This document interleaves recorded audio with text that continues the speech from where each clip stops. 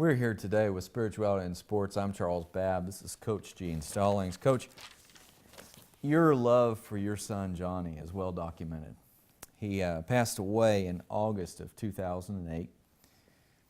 And it's been a while since anyone's done any kind of segment that I've seen on this. Tell me, how are things with you and your family? I know you showed us a picture a few minutes ago with a picture of a tree over his grave. He loved elephants.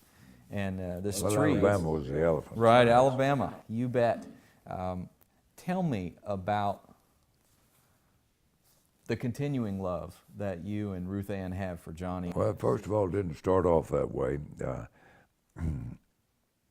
I prayed to God that he would change Johnny. You know, God can do that. And I said, God, you need to make him normal, healthy little boy. But God changed me. Left Johnny the way he was, changed me.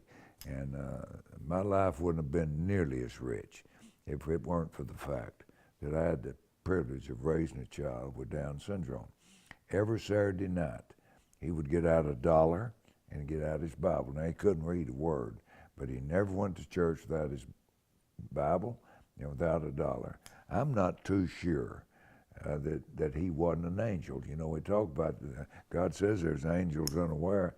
I'm not too sure he wasn't one. I never heard him say a bad word. He wasn't selfish at all. He loved everybody. His knack was he could remember names. When he was 40 years old, we had a birthday party for him. People came everywhere I've coached.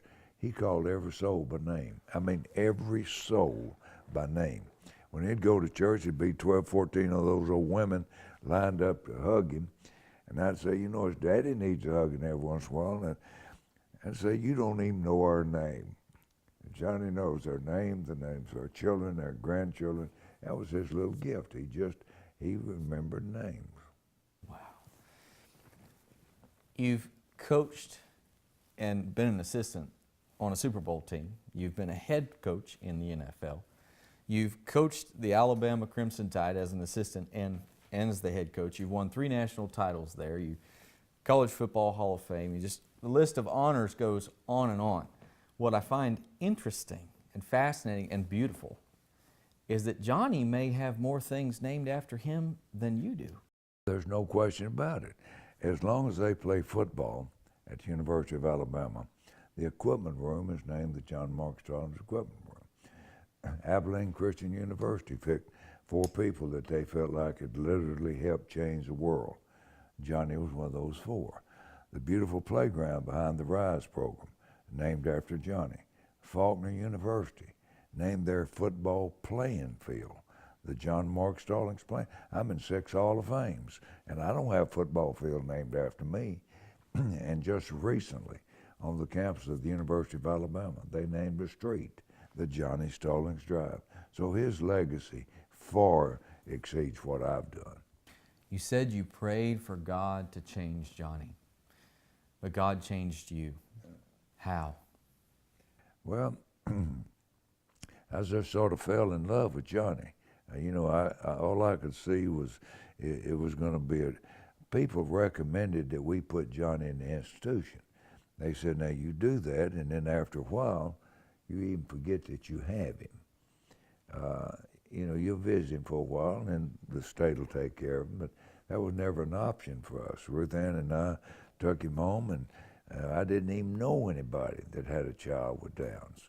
And we said, we're going to do the best we can.